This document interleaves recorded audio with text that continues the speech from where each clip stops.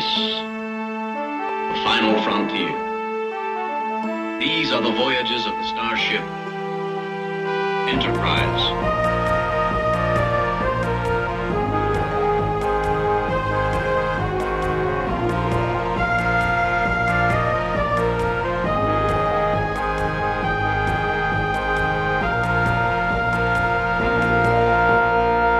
Hey everybody, welcome back to the podcast. Star Trek V, The Final Frontier. We're going to be talking about the fifth movie in the series of movies that came out about Star Trek. I'm joined by Clay. Clay, how are you?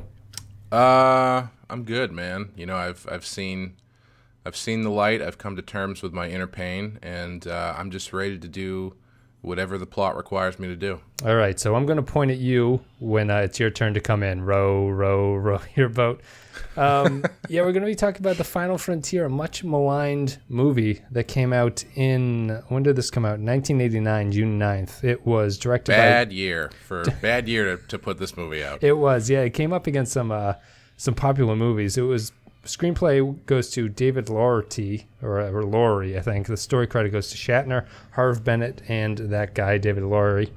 Directed by William Shatner, and as I said, it aired back on June 9th, 1989, with a budget of $33 million. Much maligned, as I said at the opening here. So we're going to try to break down this movie, where it stands compared to the others that we've seen and all that stuff. We're going to play an audio clip, and then me and Clay are going to come back, and we're going to talk about Star Trek V, The Final Frontier. Does this better suit your expectations?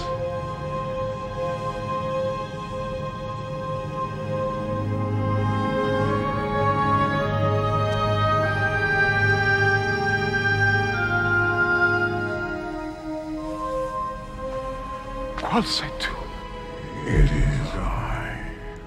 The journey you undertook to reach me could not have been an easy one. It was not. The barrier stood between us, but we breached it. Magnificent. You are the first to find me. We sought only your infinite wisdom. And how did you breach the barrier? With a starship. This starship, could it carry my wisdom beyond the barrier? It could, yes. Then I shall make use of this starship. It will be your chariot. Excuse me. It will carry my power to every corner of creation. Excuse me, I'd just like to ask a question. What does God need with a starship? All right, Clay. So we knew going into this one what the sort of the standing of five is, I guess. In my opinion, it has the worst poster out of all of the movies, so maybe that's not a direct correlation, but I think it's a clue into what you can expect with this movie. Mm-hmm. Although, I did want to lead off with, we have a listener, Tarek, who we talk to on Twitter occasionally. He had written me a sort of breakdown of his thoughts about the movies, and I'm just going to read what he wrote about Five. Now, Five, the much maligned Final Frontier. I love this film. Not in an ironic way, but in an actual, I think this is an unfairly treated movie sort of way. In my opinion, Five suffers from the kind of pop cultural received wisdom, which it really doesn't deserve. Firstly, because it's a classic Trek setup. Again, the false guard narrative is played out in copious TOS episodes. Secondly, and most importantly, because it serves as a wonderful bookend epilogue to the Kirk, Spock, McCoy character arc of the previous three films. We get moments of genuine tenderness between the core trio and come to understand that they're people without or who have lost their families and have instead found family with each other. It's really very touching. I remember one time Trek fans, certainly the ones that I knew, thought it was a great film. Over time, however, it feels as though there's a kind of groupthink which has developed and decided it isn't particularly good after all, and I can't really see why. One of the things that leads me to suspect that people are misremembering Five is the sheer number that insist on calling it the one where they meet God when it explicitly isn't God at all, and that's the point. I guess we'll go off of this one. I read that mostly because, do you think that this movie is better or worse the more you're into Star Trek, like this TOS crew? Well, he said something interesting that that stood out to me, where he said at the time many diehard Trek fans seemed to love it. Yep. And I don't think that means it's a good movie. Right. I think this movie exists on two planes at the same time. being I think I said this in reference to the third one, but I think it applies more so to this one. This is that season of The Office where you just keep coming back because you like the characters. Right. This movie is for people who are fans of the original crew, because it's, they're really jokey with each other, and it's, they make a couple inside baseball references down the way. It's very. I think in that I can see why people who are huge TOS fans and who have a huge soft spot for the original crew would love this movie, but I don't think it's a very good movie. I think structurally it's barely a movie. Right. Yeah.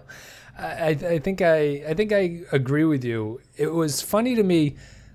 My general takeaway from the movie is that it was written by a person who loved TOS, but also didn't really understand TOS at the same time. Well, it's funny you should say that, because I watched the special features and they were talking to the writer, and the very first thing he said was, I love Star Trek. Star Trek to me has always been about the characters, and I've always felt that the core of Star Trek was the trio of Spock, McCoy, and Kirk. Do you think he misunderstands it in a larger sense than that? Because that seems to be the consensus. It feels to me like he's someone who almost binge watched them, and he picked out like all the details that always kind of happen in an episode. Mm-hmm. And like it's a weird thing to say, because I could understand if you're totally into the series feeling that way, but it's like the characters all feel a little bit off to me in a way that it doesn't feel like it's someone who really was familiar with the series, outside of he knows that McCoy will always insult Spock's Vulcan blood. Like that's like a thing he'll do. So right. He puts stuff in like that, but it doesn't feel right. And I wonder how much of that is the direction of Shatner. And it's kind of a tough movie to go into, because I guess I'll lead it off by just saying that my end opinion of this is that it's not as bad as it's like the cultural conception of the movie is, but it's not a good movie at the same time. And a lot of that, I think, just has to do with the fact that it feels a little bit off. And I don't know how much of it is because of Shatner and how much of it was just the production went the wrong way. Obviously, it's a Shatner directed movie, his first one. But sorry, go ahead. Well, yeah, I'll pass it back to you after just saying that. To me, it didn't feel, the script itself didn't feel like it was purely influenced by Star Trek. I would have thought that the writer actually almost like prefers Dune to Star Trek in a lot of ways. Like it is kind of Dune-y. Yeah. So, and I don't know how much of that is actually. It's funny you should say that, because during the one of the scenes with Sybok, the first thing that popped into my head was, dude, just say fear is the mind killer. Right. It feels like you want to say it, but you're just not saying it. And that's sort of my general takeaway. The movie feels to me like, I'll lead off with this. Would you say that this movie, because I think this movie has the biggest chasm between what its potential was and what it turned out to be out of all the movies so far? Yeah. Motion picture would be second place in that list. But this is like because I think there's a lot in this movie that's actually good and could have been something. Mm-hmm. And I think that I actually like the plot in a lot of ways. It's weird, and it's a sign of how bad the movie is that the plot doesn't kick in until you're an hour into the hour and 40 minutes of the movie. Yes. Uh-huh. So that's a bad thing. But I think that the idea of that going on, and I think that Sybok is actually one of the best quote-unquote villain characters that the movie's ever done. And they don't even really explore him in any kind of way. Right. Well, to touch on what you were saying about things feeling off, I hate using this as a descriptor, because I feel like it's really easy to say this, but in this case, I think it feels appropriate. This movie feels like fan fiction. Yes.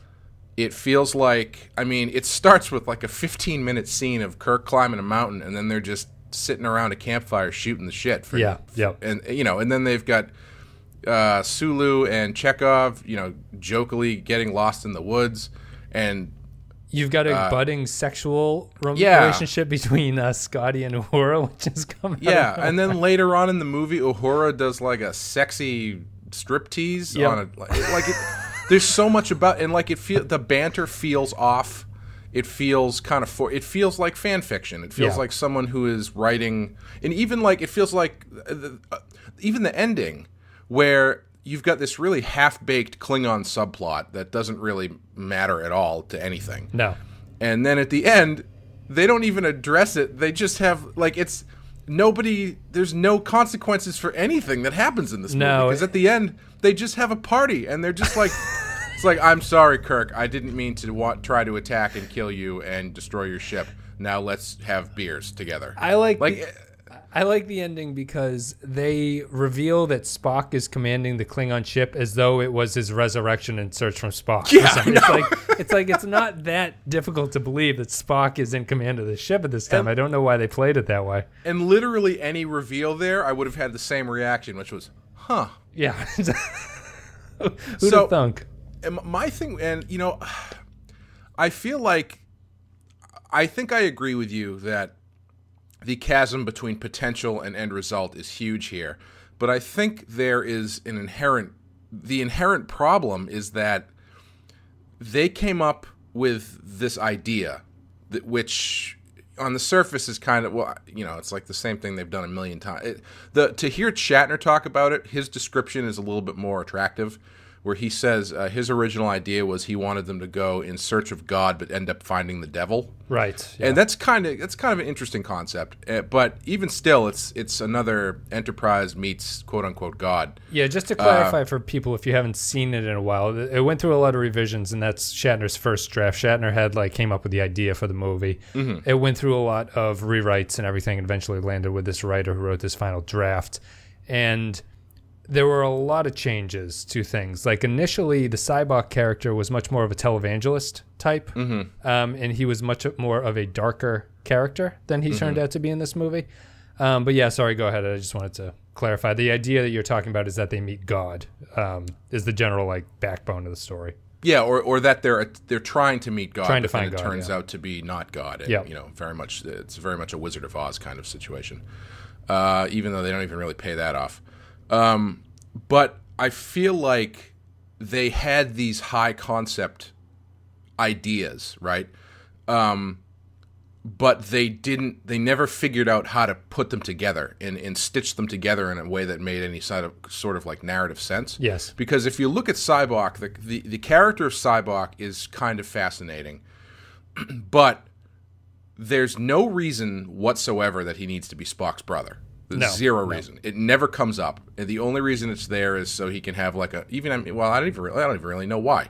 I guess to be a counterpoint to Spock, but they don't even really explore that at all. No.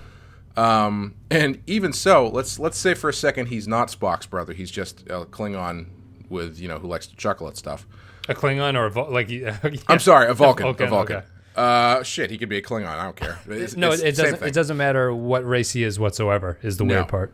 I guess the thing they were going for, they wanted, listening to Harv Bennett talk about it, they wanted this big moment at the beginning where you see a Vulcan who laughs.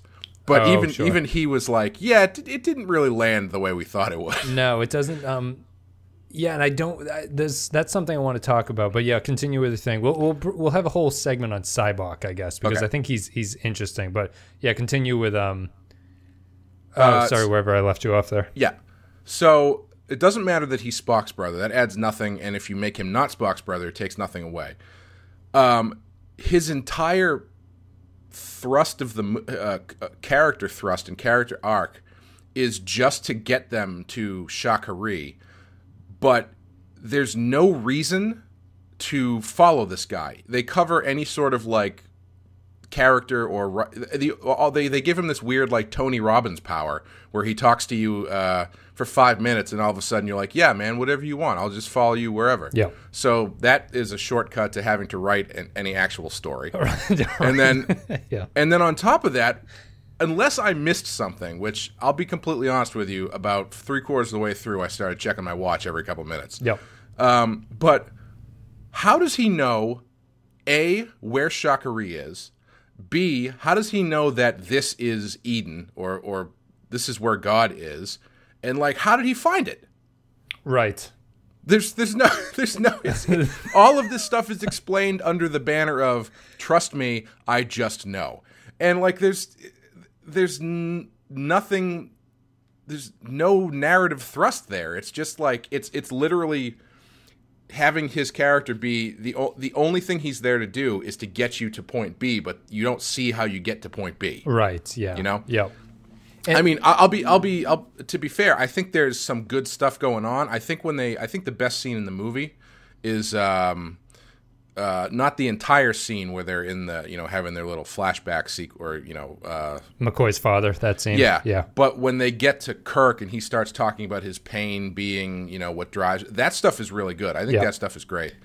And I like the way that I really like the way that he interrupts the God speaking at the end. That was pretty great.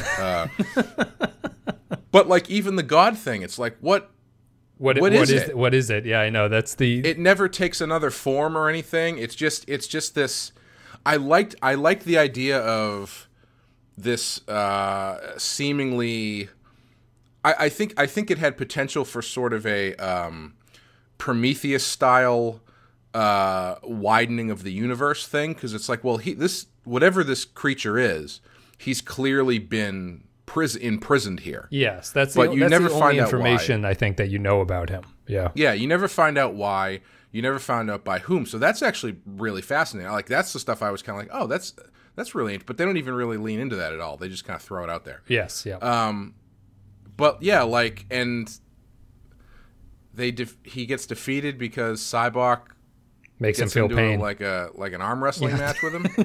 I don't know. It's like, I guess the potential is there. Like, it's an interesting idea to try to tackle, but I just feel like they did not have anywhere near the meat that they needed to back it up. I feel that the narratively, the problem here to me is that the pacing is terrible, and the story and the script itself. The script, I don't think they know. The story is sort of like you're chasing something, and it's the dog, when the dog chases the car and then it catches it doesn't know what to do. Yeah, that's kind of what the story is here. It's like they're chasing this God story, but when they get there, they're like, well, it can't be God because this is Star Trek, so it'll just be this Wizard of Oz head, and Kirk will say, what you're saying doesn't make any sense, and then they'll run away from it, and that'll be the end of the movie. Yeah, and also to have McCoy be like, dude, don't interrupt God. Right. That kind of pissed me off a little bit. Like, why is McCoy has never been shown to be like a religious man or anything. Like, why? Right. I don't know. Rang kind of false. The biggest missed opportunity I think they had in this one, and I thought they were going to go there a little bit after they get captured and they get thrown in the brig, but they didn't because, you got to have jokes, is I thought there was going to be more tension between Kirk and Spock.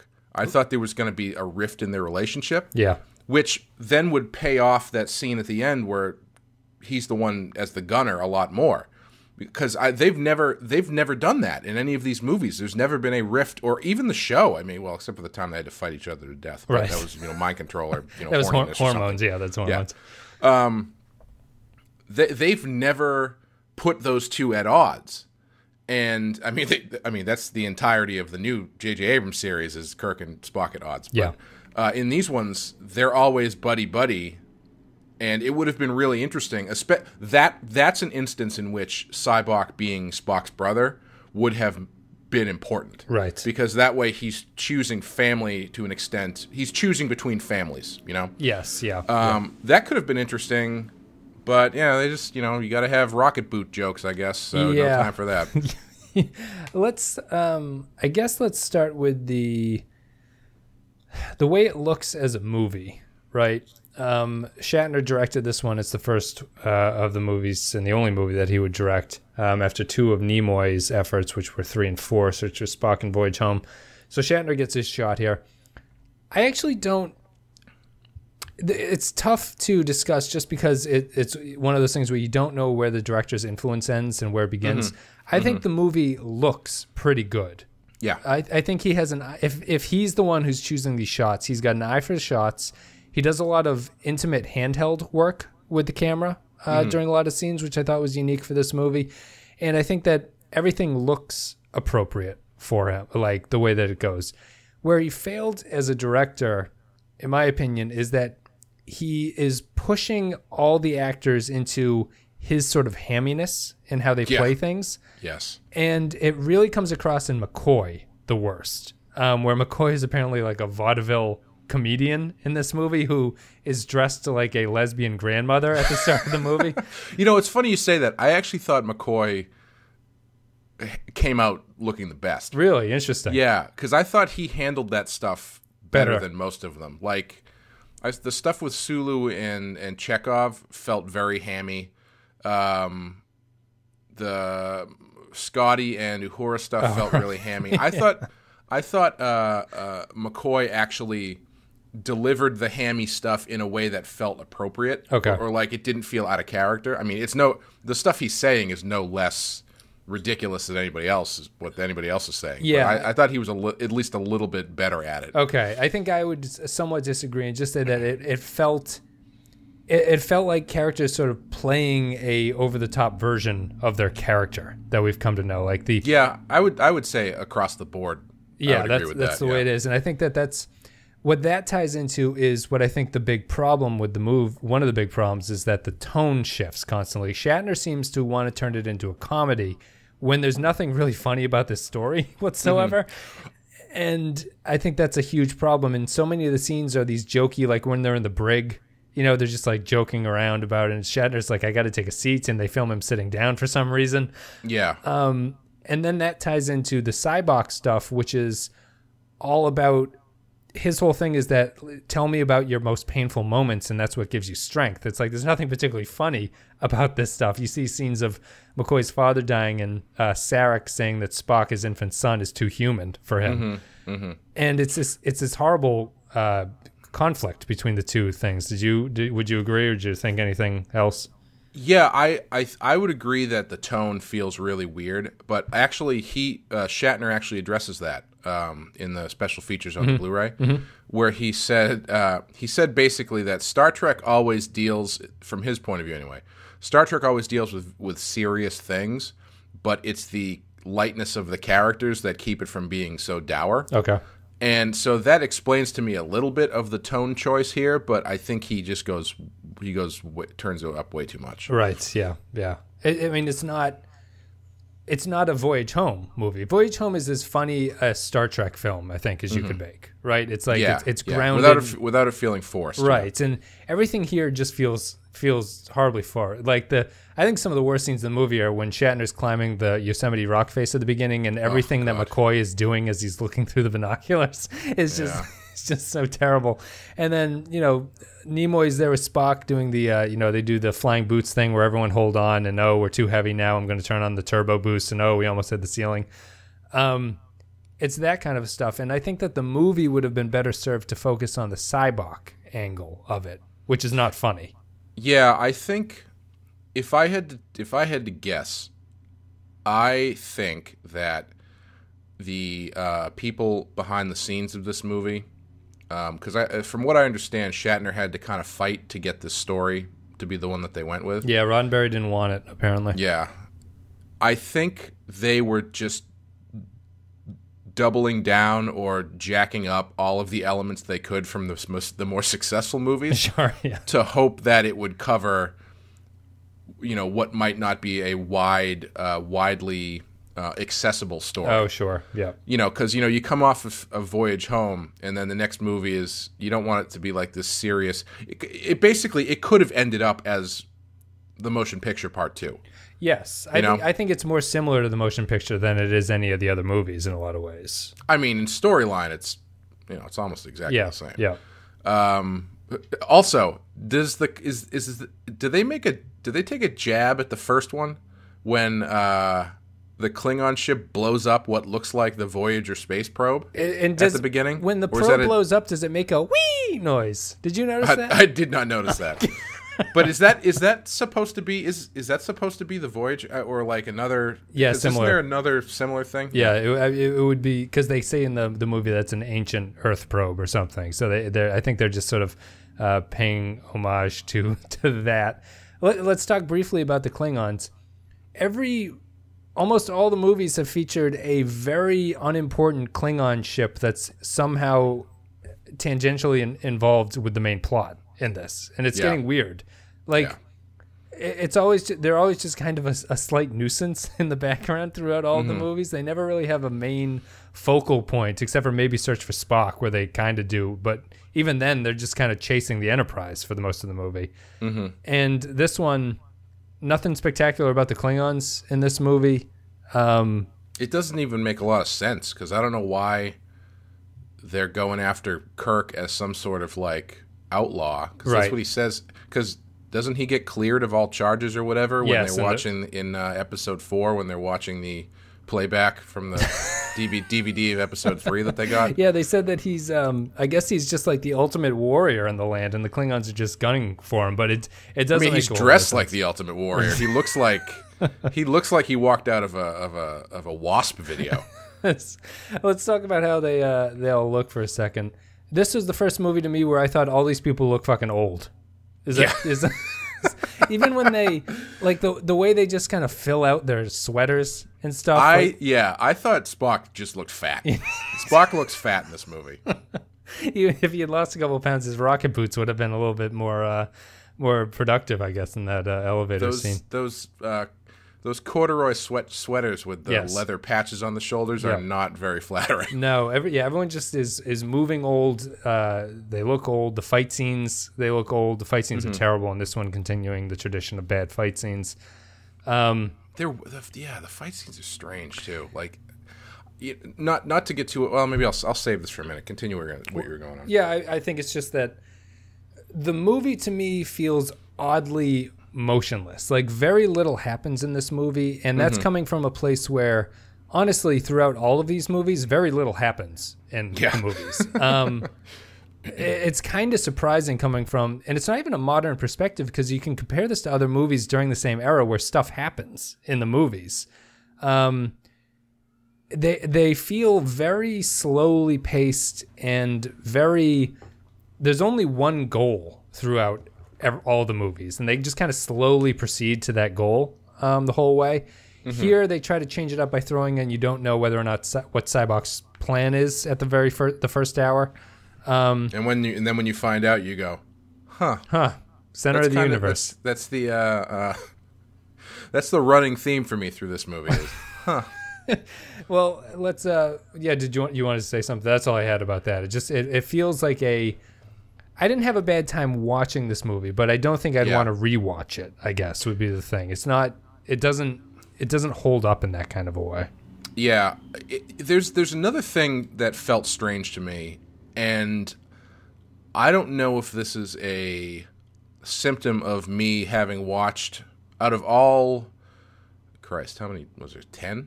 11, 7? No, 7, 6, 8, 9 total Star Trek movies in the Prime universe. Oh, there's 10. Yeah, 6 10? And then 4 in TNG.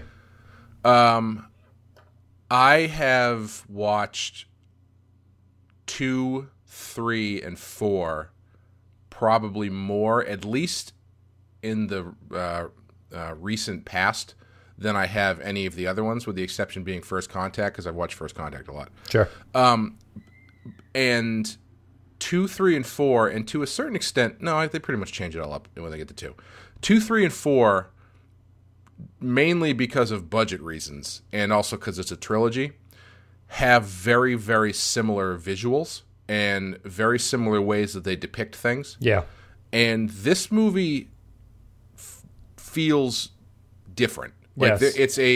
Visually it looks different. Like the pieces are still there, the characters are still there, but there's a lot of new sets, and I'm not even talking like new locations, but like ship sets. Yeah. There's a lot of different interior shots of the ship that we've never seen before. The ship with the steering wheel in it. Yeah. That room, that's bizarre. Yeah, there's like a new lounge. Yep. And you get a shot inside the transport, the shuttlecraft that you've never seen before, where they're all like loading their guns up for some reason because it's like aliens, I guess. And you see the shuttlecraft docking through the ass of the ship, which you've never seen before. Yep. Like it's a lot of new imagery, and it just felt kind of off. To me, it doesn't feel. It's surprising that it's directed by Shatner because unless this is a totally new art director who's never seen it, it feels way more to me like this is Dune / Star Wars than it does Star Trek at any point. Like, why are they like? It almost feels like the opening scene is cool, right? I like the opening scene when Sybok meets that guy in the desert. Yeah, I like that scene too until they start talking. Yes, it's like shot well. But you're like, think about the things that are going on here. Sybok is riding a horse on an alien planet, and the guy has a gun for some reason. It's not a phaser. It's not like or a laser rifle that we've ever seen. He has a gun. And he's just digging holes for no reason. And he's very sad. And it doesn't feel like Star Trek. It doesn't look like Star Trek. And the only thing to me that holds it as a Star Trek thing is that they're obviously... and as Tarek wrote in his letter, it's like the character interactions. But even then, I almost feel like the character interactions in this movie are laying it on too thick to the point where I've never felt like the characters felt this way about each other previously. Mm-hmm. Like, I've never gotten the impression through all the episodes that we watched in the movies that these are the three guys who would go on shore leave together. Yeah. Yeah. Or, I mean, like, I think the most out of step thing that happens in this movie is when Spock, Sulu, and basically the main cast minus Chekhov do a ground assault on Paradise City. What the fuck is that? They've when have they ever done that? Yeah. I mean, not to say that you can't do that, but it felt so strange. Yes, and they go in guns blazing and just there's one guy's got a Gatling gun. When have you ever seen a machine gun in a Star Trek movie? And they shoot Sulu's horse with a rocket launcher. Yeah. I don't know. It's like, I think, kind of to build off what you said about the direction, I agree. If most of what you're seeing visually is Shatner, I think he has a better sense of a lot of that stuff than Nimoy did, because it doesn't feel as stiff as the third one does. Yeah. I have to think, though, judging by the special features, they had one clip where they were talking to the director of photography, and he sounded like he was doing some heavy lifting. So he might have been responsible for a lot of that. Yeah, the way it looks. Yeah. But there's shots that I've never seen in a Star Trek movie before, like when those rebels or whoever are attacking the Paradise City gates. They do this really nice crane shot where they go up over the top of it, and so you can see when, right as they're getting over the top, a guy climbs up over the top, and you see this big trail of attackers. That's some really nice, interesting shots. But yeah, it just feels weird. I think that the bridge looks good. I like the bridge, the Enterprise bridge you're talking about. Yeah. I was wondering too. Kind of going back to what I said about this feeling like they kind of were jamming it as full of stuff that they knew would work as much as possible. I was wondering how much the TNG show played into the creative decisions, because clearly it played into it enough to bring the theme song back. Yes. Yeah. Because they were, 2-3 seasons into TNG at this point? Yep.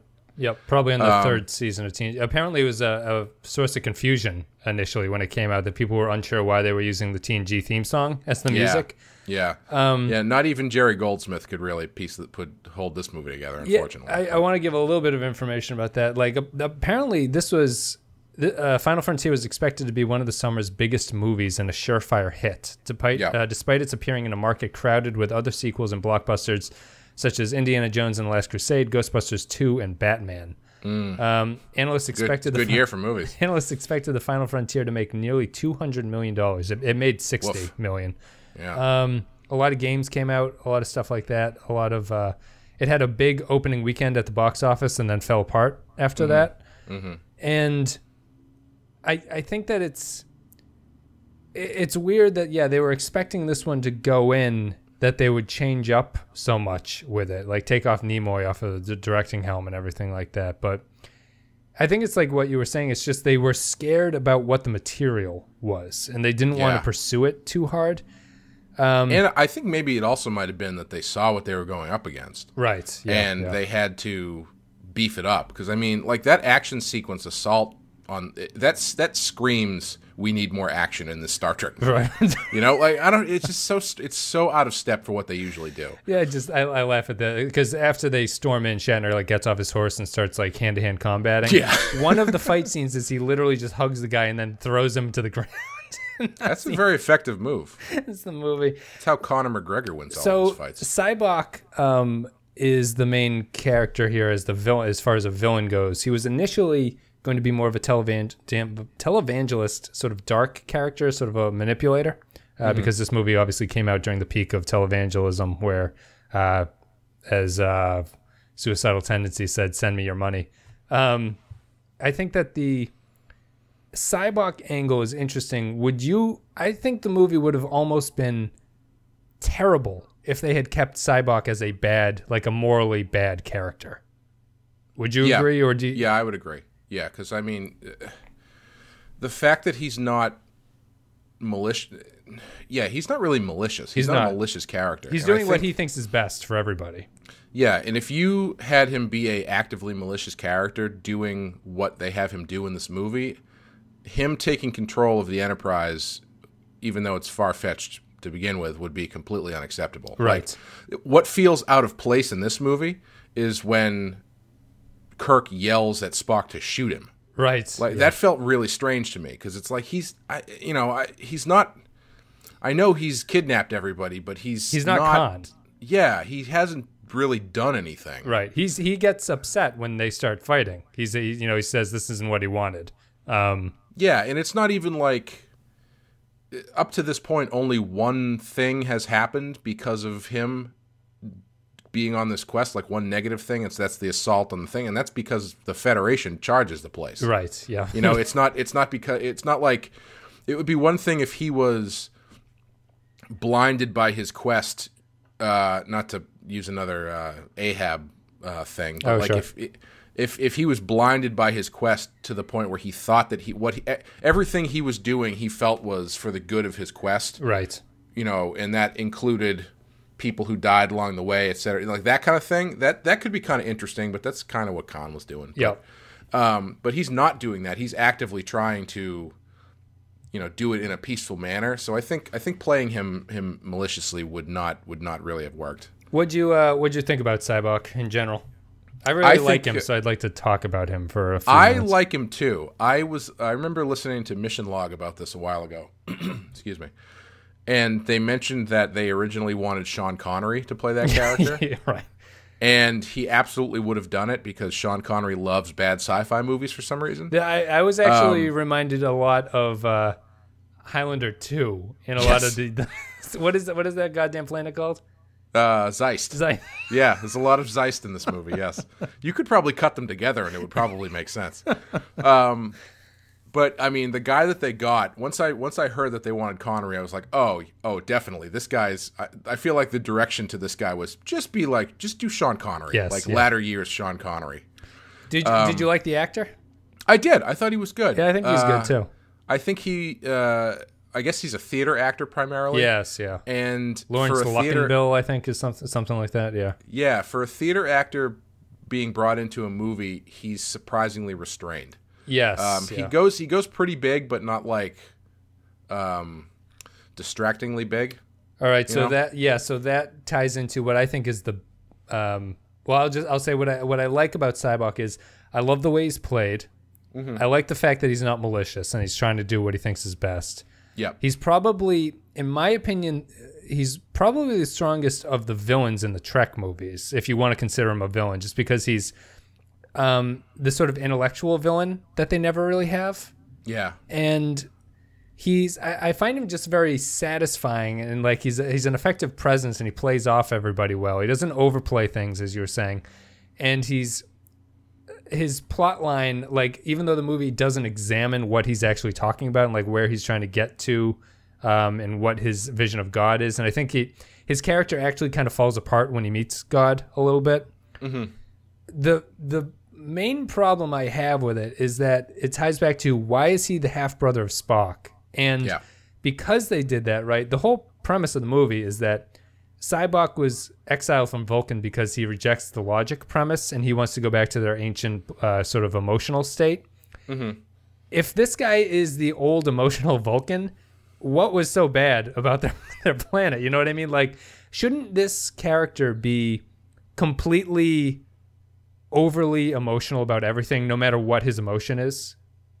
You know, like he's too Vulcan in a lot of ways. He should be either angrier, sadder, like depending on the state of his mood, kind of. And you don't get any of that. Yeah, the overly emotional Vulcan apparently just translates into like cheerful. Yes, he's sort of a pleasant, cheerful guy who has no problem with anybody. Apparently, maybe it was because all of the old Vulcans just would constantly buy beers for the entire room.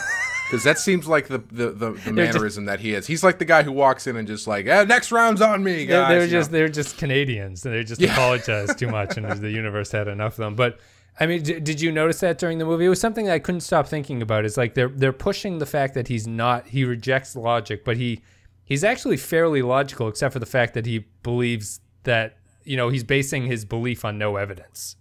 To get to the center of the universe is to find Shangri-La or whatever it's called, and he'll find God there. Yeah, I think he's just I don't think they sell it enough that he is this different.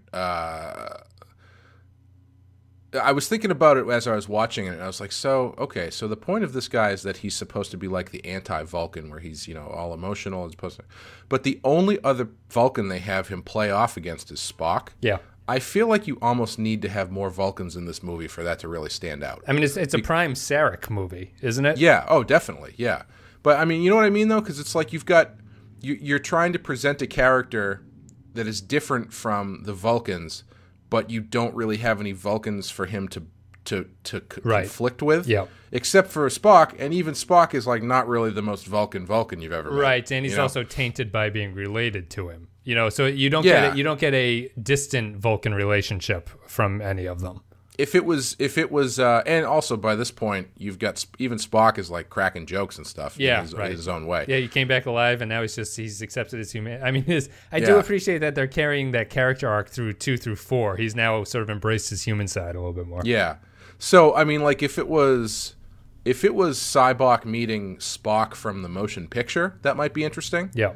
But you don't have Spock playing off him nearly as intensely as I think you need to really sell that character. Do you think that they were scared? There's no discussion between those two characters about religion. Like, that's shocking to me. It's the whole point of the movie is kind of about, it's Star Trek's sort of view of religion, but you never have a conversation, like a nuts and bolts conversation between Spock, who would seemingly have a sort of problem with like the way that Sybok is pursuing this, and Sybok's reaction to the overly logical Spock side of the story. You never really get that. The only interaction they have is when they meet each other and it's revealed that they're half-brothers. Yeah, I mean, they only have like 2 or 3 scenes in the whole movie. Right, and then they have and they don't really talk to each other when they do. And and then the scene where Sybok does the flashback to Spock type thing, and Spock is sort of immune to it. So let's talk about Sybok's power in this movie. Do you think you hinted earlier, you think it was only done just to sort of move the plot forward? I mean, I don't know if that was entirely intentional, but that's the way it feels. Because it's like, it's just such a cop-out thing. Like his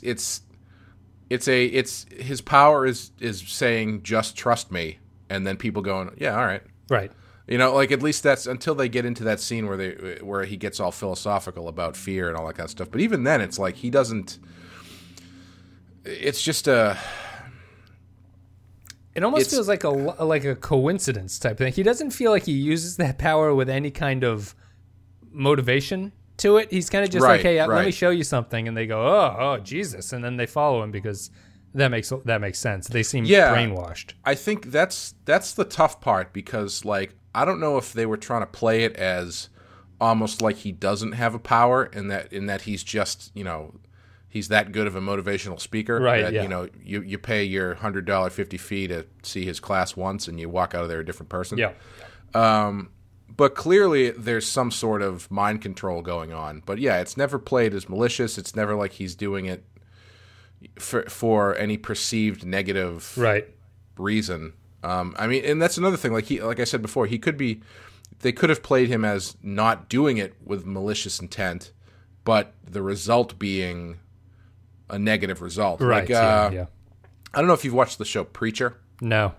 So the main character in Preacher, how best to explain this? He becomes the embodiment of the voice of God, and basically what that translates into is he can make anybody do whatever he wants just by telling them to do it, which it's kind of like a monkey's paw situation where sometimes he'll say something fairly benign and it will end up going the unexpected route. Yeah, but basically that's he has kind of the same sort of power. And I'll be completely honest with you, I lost my train of thought with that point. But well, you're saying that Sybok's use, his like non-motivated use of the power, you thought it somehow tied into the Preacher. Yeah, so I think it's like I think they could have gone sort of more that way, where he's got this power and he's using it for what he thinks is good, but there's also there ends up being negative, right? You know, monkey's paw type reactions that he wasn't counting on, that kind of thing. Yeah, which would add to a, because I guess he feels guilty at the end, right? Like it would tie into that. Like he would realize, he'd be like, "Oh my God, I've done all this horrible stuff for no reason, basically, except to talk to this Wizard of Oz head at the very end of the movie." Yeah. I think that his power usage, to me, it's so weird because I feel that scene, you said it was your favorite part of the movie. I think it's the best scene too, where he makes Kirk, Spock, and McCoy feel those emotions. That to me should have been the central thing about Sybok, and like his that like it would take it more of like an artistic sort of weird dream sequency thing that I don't know the movie really wanted to go in, but they needed to really hit that. The strength of Sybok is his sort of embrace. He's basically like the world's greatest therapist in a lot of ways. Like, yes. And if they had done that, and him using his power had caused sort of wounds to open up or rifts to open up between the main trio, that would have made a lot of sense. And it's like that's how Sybok would function, where even if it's not his intent to cause this kind of harm, it just happens because of the way that his power works. Yeah, and you know, I feel like I guess they kind of explicitly say it at the end, which is another thing. This movie has so much exposition in it. There's like the scene where everybody meets everybody else at the cat titty bar there. Yes, where the Klingon, Romulan, and human meet. Right? Yeah, and the Romulan says something about like I never thought I'd see you guys here on this planet, and then David Warner just gives the entire long-form history of the planet and the relationship between those three people and how they know each other. And it's just like, oh my God. And then later on, the scene right before when Spock tells Kirk and McCoy that Sybok is his brother, he talks for like 10 minutes about like Sybok's entire history, why he was kicked off the planet. Like that's all the fan fiction-y stuff. That feels really out of place to me. That is a good point. And I think that your fan fiction description is what I was talking about, where the character, because fanfics are only written by the hardcore fan, you know what I mean? Yeah. But fanfics are fanfics because they aren't written by someone who knows kind of how to write the characters. It's more just their mind's eye of the characters. Yeah. And that's how the movie feels to me from this writer. And even that scene that we were saying was the best scene in the movie, that whole sequence feels very much like a TOS episode. Yes, yeah. Like, you're showing the characters these visions of whatever. Like, it felt very much like it could have just been an episode of the show. And I mean, maybe some people like that. Yep. I don't know. But yeah, it felt kind of weird to me. we'll go into the end of the movie here, which I'm going to just Can I- consider. Yeah, go ahead. Before we get into that, I would like to point out one thing. Kirk's shirt that says "Go climb a rock" on it was the most distracting thing in the entire movie. Like, I never thought about how you don't see any, like, Logos. words Yeah. or logos or anything in Star Trek movies until I saw that. And I was... Like, it was like the equivalent of if Riker showed up on the bridge with a no fat chick shirt on or something. Like, it was just so distracting. It really is. I mean, the movie does a lot of sort of justification of it too. When he talks to the Admiral at the start, he's putting on his shirt. He's like, "Oh, sorry, didn't have time for a shower. Let me just leave my my shirt open here. It says go climb a rock." He does get a really sweet crushed velvet jacket, though, which Yeah. which is in line with the Picard crushed velvet jacket. Yep. So I did appreciate that. I I feel- guess maybe it's velvet. I don't know. I feel these uniforms are a step down from the previous uniforms. Yeah, they feel. They feel like a half-assed version of the previous version. Yeah, that's what I was going to say. Yeah. Yeah, it's a little bit of a letdown. But yeah, the end where they land on I called it Shangri-La. What is Shangri-La? Well, it's one of the things everybody. So it's the Vulcan name is Shakari. Yeah, Shakari. But when they get there, they do that thing where they go down the line of everybody from their own planet, and they each say the thing that they think it is. Eden. Shangri-La being one of them, Eden, and whatever the Klingon versions. Yeah. Yeah, and the what was the Andorian that you can't say? Yeah, you can't say it. So Shangri-La is it's a human. It's some sort of heaven version of heaven, right? I can't remember where it comes from, but whatever. Yeah, I think it's an Eastern. Oh, okay. It might be Hindu or Buddhist or something like that. Okay. The going from when they land on the planet, which is basically California shot with a purple filter over it. Yeah. Well, yeah, the director of photography, when I was talking about it, sounded like he had to do a lot of legwork. He was talking about that scene where he's like, yeah, this scene was just three guys walking down the side of a dirt mountain. So I got the biggest fog machines I could possibly get and just blew fog up behind it, and then managed to hit it at the right time during the day and threw a purple filter on it, and it looked really cool. And he's right. It does look cool. I mean, but yeah. Did his decision, is that what caused the galactic barrier to become purple in the like? I wonder how far back it goes. You know I don't know. He was just talking about that one shot where they were walking down the thing. So there's a purple background. They talk to the god, everything. Something we haven't talked about yet, but I think it does turn into the end. Like, this ties in. These are some of the worst special effects I've ever seen in a big budget movie. All the special effects in this movie seem almost like canon worthy. There's not quite that bad, but I feel like they're getting there. They're so horrible. It's like not a single thing looks good in the entire movie, and I guess it came from they had been using Industrial Light and Magic for the first couple movies, but as all those movies were coming out, Industrial Light and Magic was booked full, so they couldn't be hired. So they hired some other thing, and it's the typical movie thing of they hired some new group. They were over budget from the beginning. Shatner wanted to see every single effect when they were done with it, so it like doubles the cost with the amount of work that they have to really? do. Yeah. And what it came down to was eventually Paramount just had to say stop spending money on special effects, and they had to go with what they had. But everything just looked. I also heard they were saying that the guy who was running the special effects, it was like a bigger thing that his company had ever done. And he just got burned out. Like, there was only so much they could do. Yeah. And it's supposed to end. Apparently, originally ended. They had a rock man. Who was apparently like a guy in a rock suit that they had to fight or something, and he got totally cut out. But it all ties into the end is so wonderfully awful in how like poor the set design and all the special effects are and everything. You're meeting the god of the universe, and it's basically styrofoam rocks and a face projected onto a cloud. And that's what we get at the very end. I know we're talking about special effects, but just like the whole concept of, again, I'm thinking about how the fuck do they know this is the right place? Like that scene where they're climbing down the thing and they get there, and there's nothing there. Right. There's nothing that would say Eden or anything. It's not like they stumble onto the Genesis planet or something. Yeah.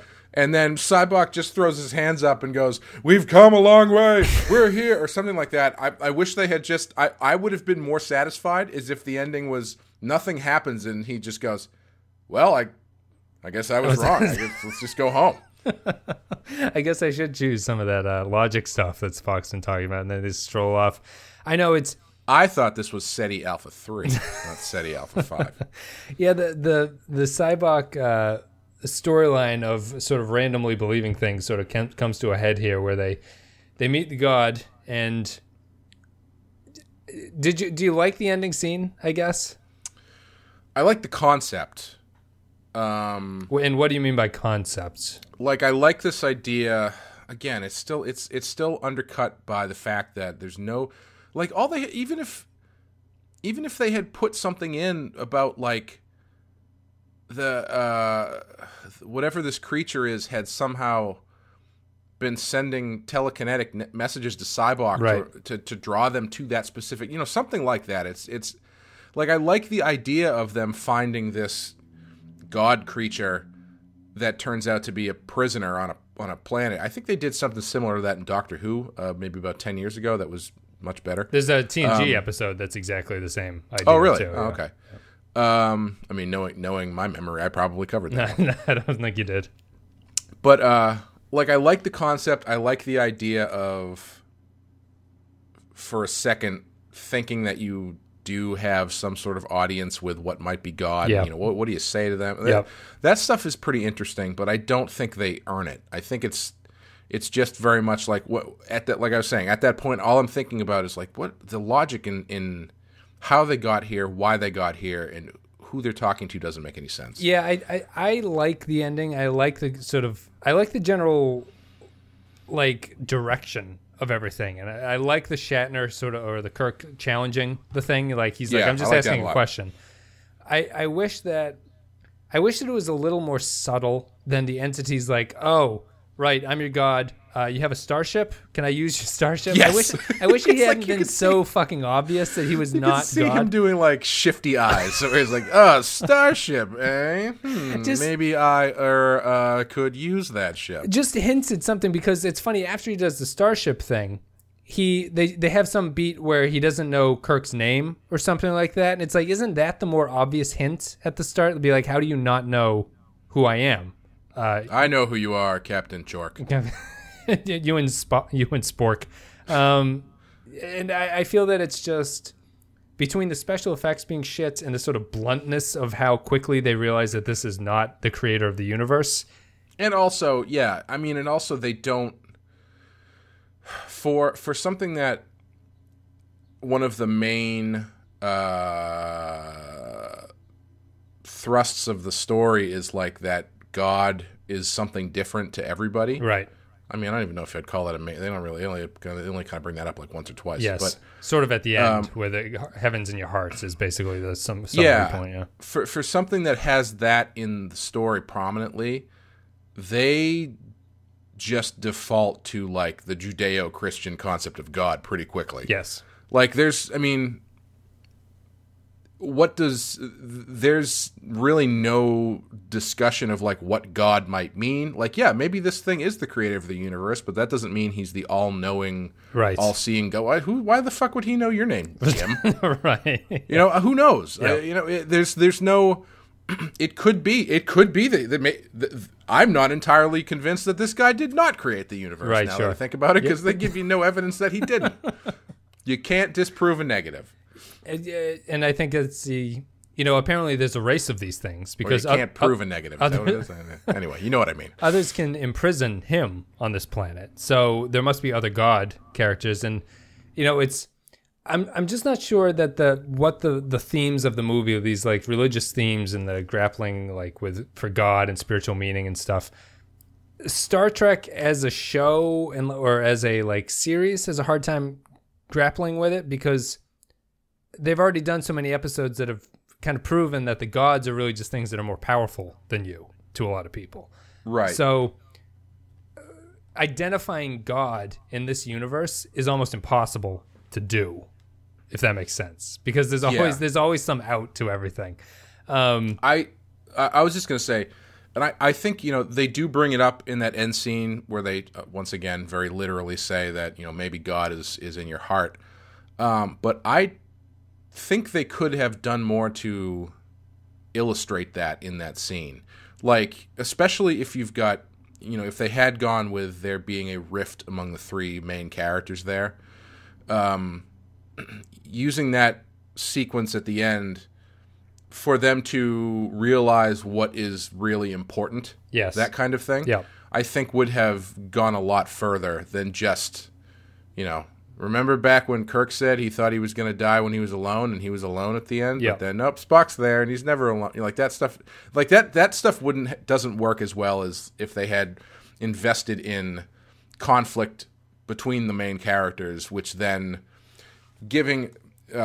putting them in the presence of this godlike being helped them realize that they are their own, right? Because you could, and I think that solves every problem. I think that would tie into thematically. It would make Sybok more important, right? Because if Sybok is basically the word of God, like he is speaking for God, and he's using these abilities that he has to get them there. If it had somehow flipped it around to the godlike creature they find does the same sort of similar, he has a similar power to Sybok, but he actually, it's more of a pure goodness to it, as opposed to Sybok's sort of not unintentionally malicious stuff.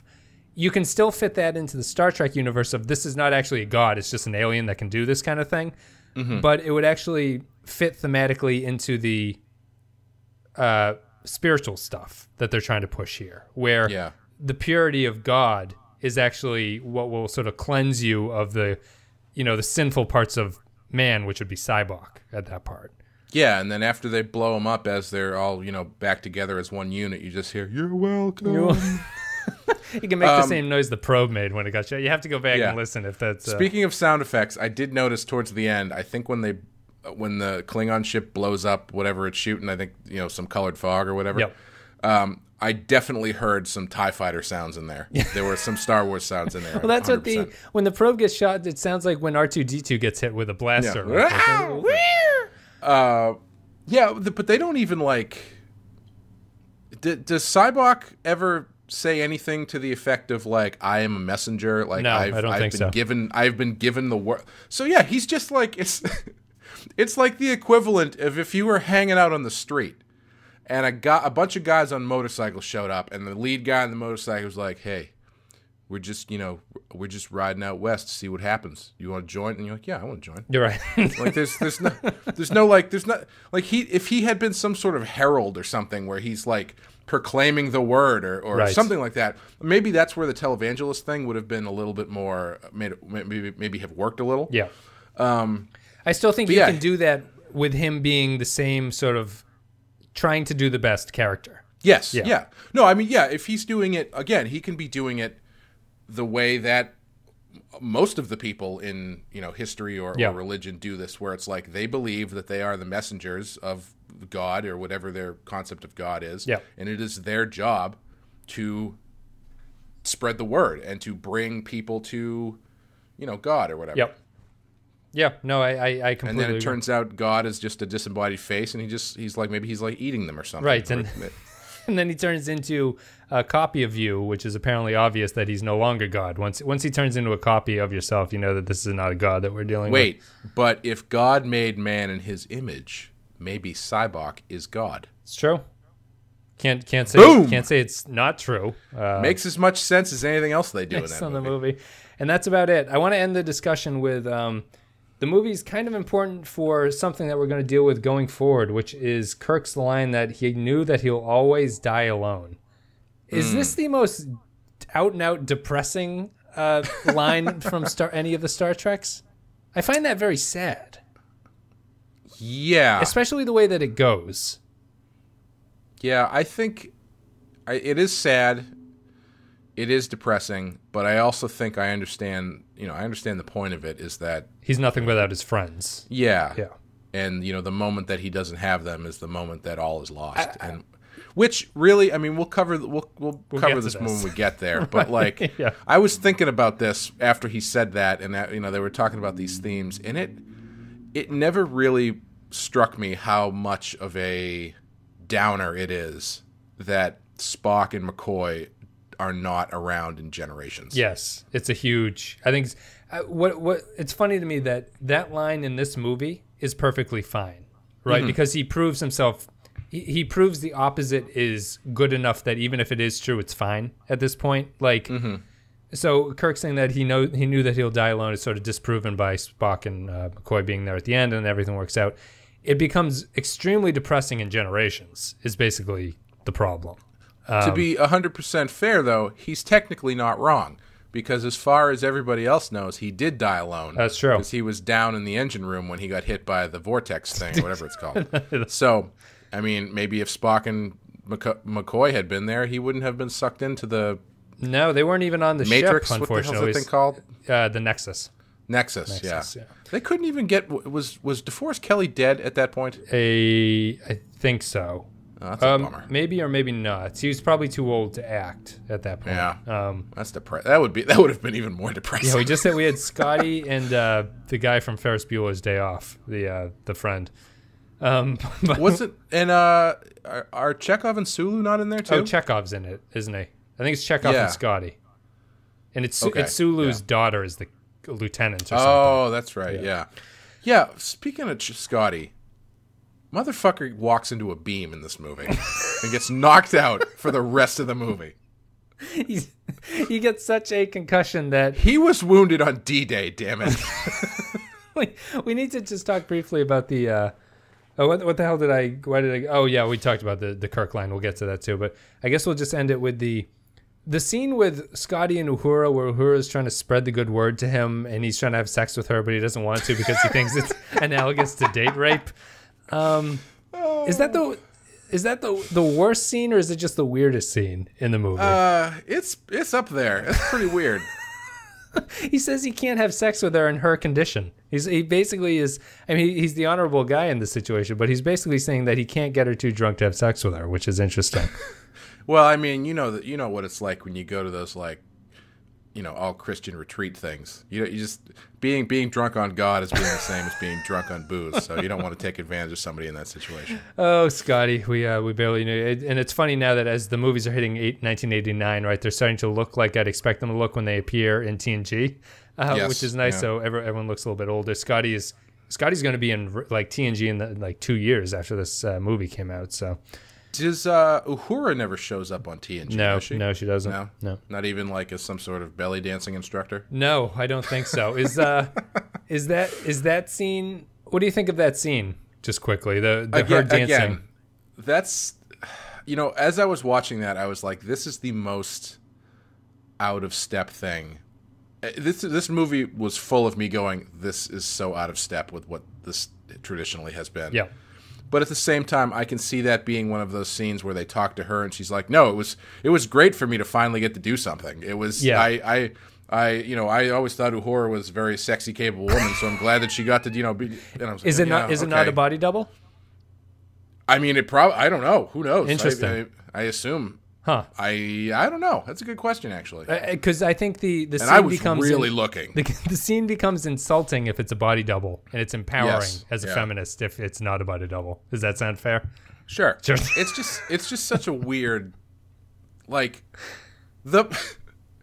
that borders on Warner Brothers cartoon. Yes. But Clay, how many times you see an attractive woman down the street and you just start walking and a bunch of guys just start coming with you as they see, as they see her. Only when I'm in a Billy Joel video. But even not even that part, just like the amount of production they had to put into it, where she where does she get the ferns? Yeah, she gets like a bunch of giant feathers or ferns or something, and then she's like half naked, but she's kind of got like skins on or something, and she's singing. That's like Bugs Bunny level ridiculous. And then Wascally Wabbit. When the guys finally get up there and they pop up and Kirk and everybody pops up over the thing and the guys just go, "Oh." It's like they're going, "Damn it," every time. Oh, they always get them. Yeah, that's The Final Frontier, Star Trek V. We only have one Star Trek movie left, and it's The Undiscovered Country. What? I thought we were doing all of them. Oh, we are one original TOS movie, I guess. Oh, okay. You got me worried for a second. I'm just doing this so I can get to First Contact. You know that. And then it'll just be solo me for the remaining 2. I mean, I'll be here for Insurrection and Nemesis, but I will be on my phone. You mentioned Nemesis. Nemesis, for some reason, kind of reminds me of this movie in a lot of ways. And not like it's a one-to-one perfect relationship, but just how I sort of feel about them in context of the series in a lot of ways. Mm-hmm. But we'll get to that when we get to it. But yeah. So before we wrap up, I want to ask you a question just because we were talking about this a little bit.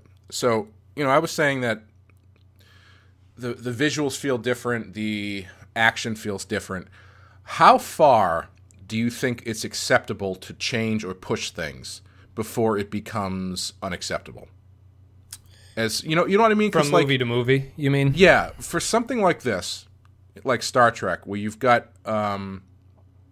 very firmly established characters, you end up getting into this kind of thing. I guess this applies to all sorts of sequels, where if it's too much like if it's too redundant, people get upset. Yep. But if you try to push the bar too much, people get upset because then it's not like what they're used to. Yep. So that's why a lot of sequels you end up kind of having just a rearranging of the same elements. Yeah, a lot of sequels, like the second movie is usually the dark one for whatever reason. Yeah, where they just make things sort of sadder in a lot of ways. Yeah. Well, I mean, I always think about Ghostbusters 2, which everybody pretty much universally hates, and I don't really think it's that bad. Yeah. But it's like beat for beat, structurally identical to the first movie. Right. And I think that's a case where things become too similar that, it's just feels like you're wasting your time here. But then you get into stuff maybe like this movie, but I don't know if this is a good example because what they're doing is not good. Right. But where they're trying to push a little bit and trying to do different stuff, but it just seems out of character. And I feel like Nemesis ends up doing the same kind of thing. Yes. Where they try to push the bar, and you can usually feel this stuff in a situation like this where it's like, well, did you know that I had a brother that we've never talked about before? Right. Yeah. I did really appreciate that. Even Kirk was like, what? No, you don't have a brother. I know that you do not have a brother. I point blanked you 2 years ago about this, and you said you did not have a brother. But do you know what I mean? Where do you think the line is for relatable, staying relatable but still moving the bar? I think that especially in this series has a unique ability to, they could change, because it's based on episodic television, they could change the movies more than they do from each other. And I think that I'd be extremely forgiving of many, many tonal changes if they thematically matched the material. Yeah. So the problem here is that they don't match the material. Like, nothing here really fits what the movie is about. And it changes things enough to the point where I don't feel like the characters are authentically what the characters should be by this point in the series. Right. So I'd be very forgiving of changing things fairly drastically, as long as the characters stay the same. As long as like the way that they're supposed to interact makes sense with me, I would be fine with a lot of changes, even like stylistic changes and things like that.